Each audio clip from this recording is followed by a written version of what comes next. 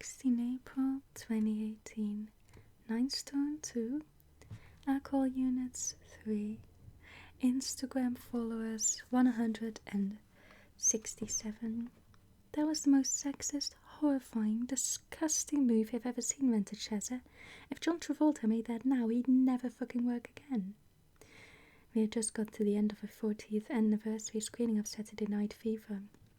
It was an invitation from Jude's investment bank in a sedate screening room with drinkies and canapes. None of them would ever fucking work again, Shazza bellowed as the credits rolled and people made to leave their seats. Did I actually hear the word cunt 7 times? Shazza, shut up, hissed Jude. People were staring. Tom, meanwhile, was smiling at them as if to say, everything's lovely, she is our patient, ignoring the fact that he was wearing a tight, white 3-piece suit and high heels.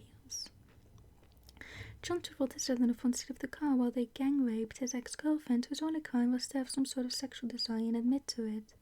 Shazza continued to yell. And what does he do when he actually wins the goddess virgin anti-whore girl of his dreams? He fucking tries to rape her. Princess Diana danced with John Travolta, for fuck's sake, at the White House. Not the fucking Trumpian White House either. Let's get her out of here, said Jude. It was all very unnerving, I thought, as we clattered down the stairs. Saturday Night Fever was a cult classic, surely, like Grease.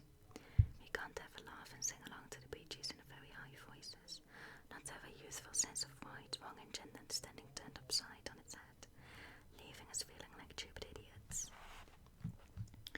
But wasn't this the uncut version, said Jude, and wasn't Saturday Night Fever known for being a deliberately provocative piece, exploring the dark side of youth culture?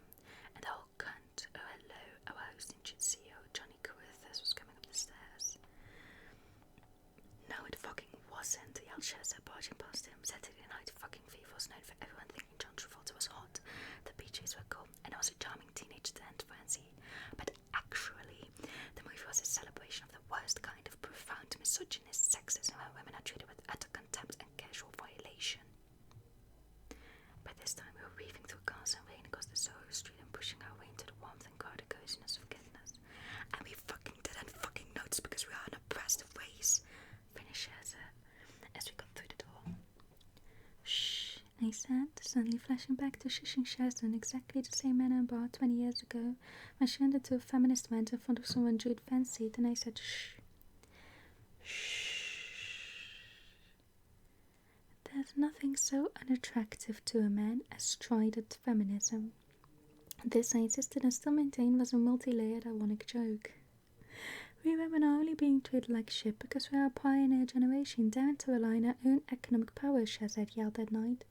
In 20 years' time, men won't even dare start with fuck Quidditch because we will just laugh in their faces, and they will all just be kept in kennels as pets. It is 20 years later now. Men are not generally being kept in kennels as pets, but everything has both changed and not changed. Shall I get ourselves a bowl of Chardonnay, said Tom. 11:15 p.m. back home. Children are asleep, just having a little nightcap and looking back through old diaries from 1996. The strident feminist thing was a multi-layered ironic joke. At the time I felt like a feminist was another intimidating thing you were supposed to be, along with thin, in a relationship, a mother, running your own business and gliding smoothly from person to person at parties like Tina Brown. Solemn feminists like Camilla Paglia and Germaine Greer seem to be always telling us off for being less feminist than them, and for trying to combine some sort of economic independence with the reality of finding men attractive and wanting to love and be loved, keep a job, pay the rent, and just sort of manage without pissing everybody off too much to continue. But it was also the era of Susan Fuller's marvellous treatise Backlash, where, even though I never actually read it, but epic feminist film Mark Darcy did. I mean, good on you for admitting that. Susan Fuller flagged up that our faltering steps towards gender equality were being stamped upon by movies like Fatal Attraction, and that hideous quote from Time magazine saying a woman over the age of 40 was statistically more likely to be killed by a terrorist than find a husband.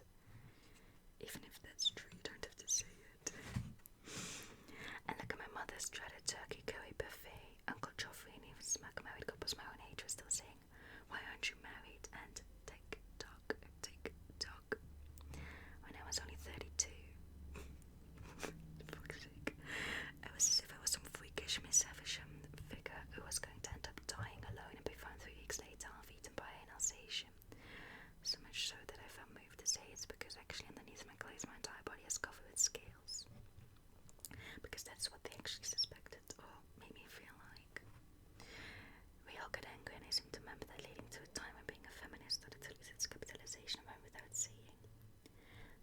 go around asserting that you were a feminist because that seemed like an insult to all the other women around you.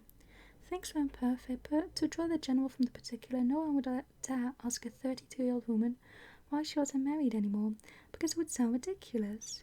Single women in their 30s were singleton, not Miss Havisham. We're not talking about the real gender equality issue here, the developing world, women living below the poverty line who are not trying to avoid being assaulted but rather raped, mutilated, killed or starved.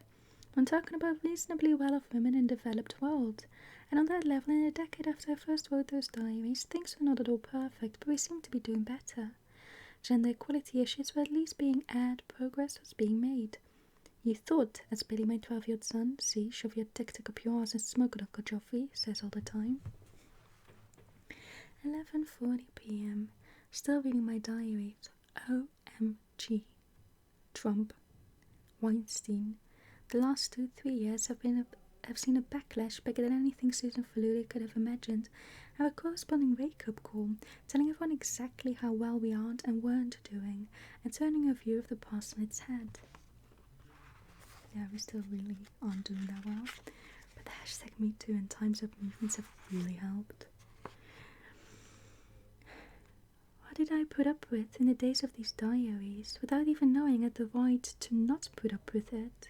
Talk about hashtag #MissToo. Mr. Tits Pervert, aka the head of our publishing house, Mr. Fitzherbert. Ew. I just accepted that part and parcel of having a job was that my boss would stare freely at my breasts, not know my name, and ask me to put a tight dress on to make an idiotic speech. I suppose I did eventually turn around and tell them all to shove their job, but then I was straight into another one with Richard Finch. And said Richard Finch, who gave me my big break in television, still spent his entire time trying to get shots of my bum or my tits, and generate ratings by humiliating me on camera. Not that was particularly difficult, let's face it. None of that could happen now. Mr. Fitzherbert and Richard Finch would lose their jobs, no question. No studio would touch Saturday Night Fever as it was written with a barge pole. And feminism is once again, as Billy would say, a thing. It's a different thing. It's not appropriated by solemn self-righteous intellectuals. It's every woman's now. Oh my god, I feel so bad. What did I put up with without even knowing I had the right to not put up with it? Like, she thought that this was just part of the job. She didn't even feel like she deserved better. Well, it's good that a lot has changed.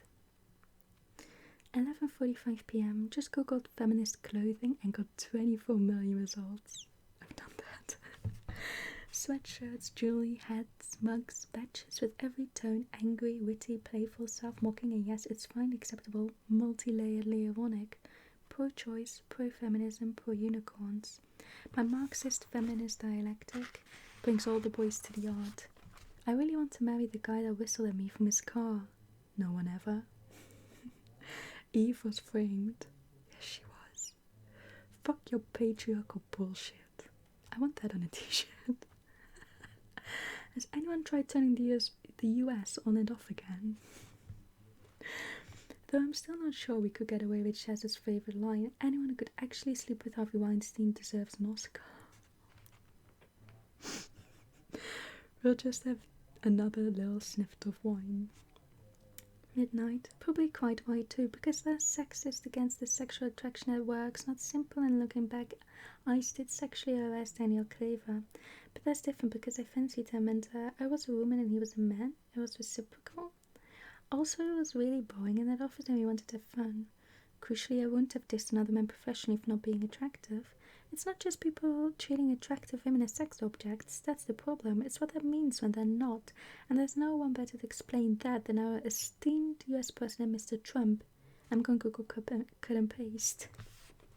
1991 in Esquire, the media. You know, it doesn't really matter what they write as long as you've got a young and beautiful piece of ass. Okay, these are quotes from Donald Trump, apparently. 2005 Miss USA Beauty Pageant.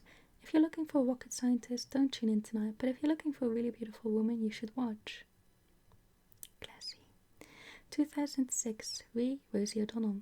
If I were running The View, I'd fire Rosie. I'd look her right in that fat, ugly face of hers and say, Rosie, you're fired. April 2015. If Hillary Clinton can't satisfy her husband, what makes her think she can satisfy America? Wow, you said that. Hillary Clinton got cheated on and you're making it her fault. Classy. September 2015, re Carly Fiorina. Look at that face. Would anyone vote for that? Look at your face. Okay. 12:15 a.m. Pa. Actually, maybe I'll post those quotes on Instagram. Fighting the good fight. 12:20 a.m. The only good thing that can be said about all terribleness is that it makes people wise up and know their opinions instead of being just checking Instagram followers.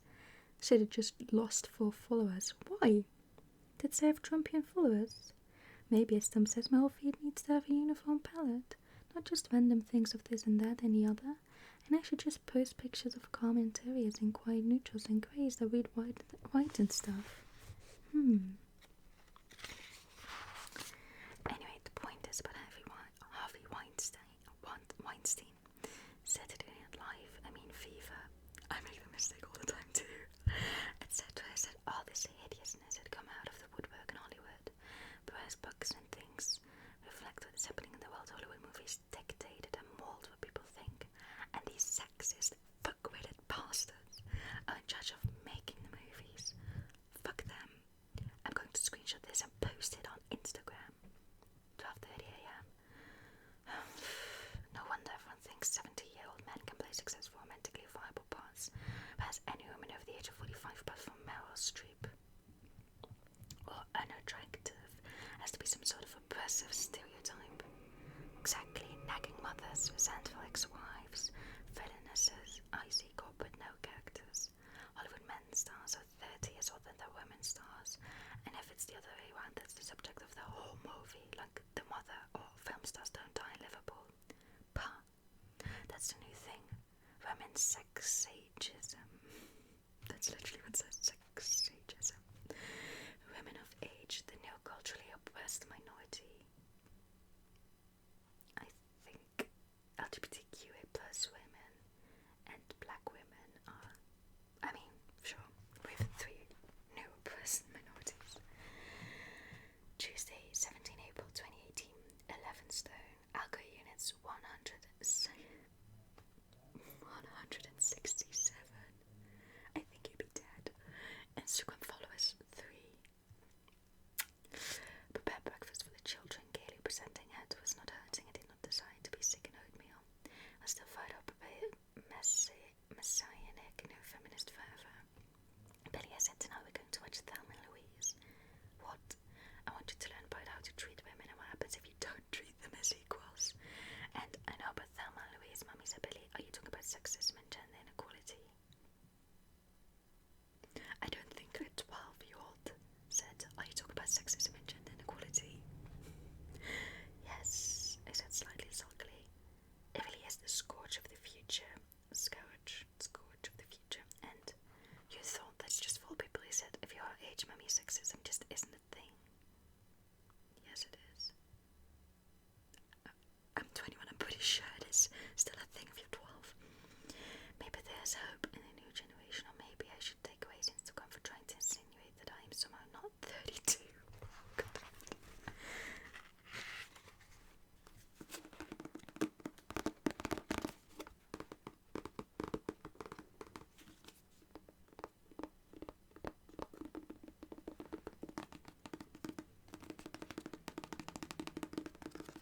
Great points. Again, the worst thing for me, the most shocking, is that she has her own Me Too, #Me Too stories. Most women do that. That in itself isn't shocking. But the fact that when it was happening to her, she just thought it was part of the job. Like, oh yeah, as a woman in the workplace, yeah, my boss is not gonna know my name, stab my tits and arse. Like, that was just a normal thing. And now she was like,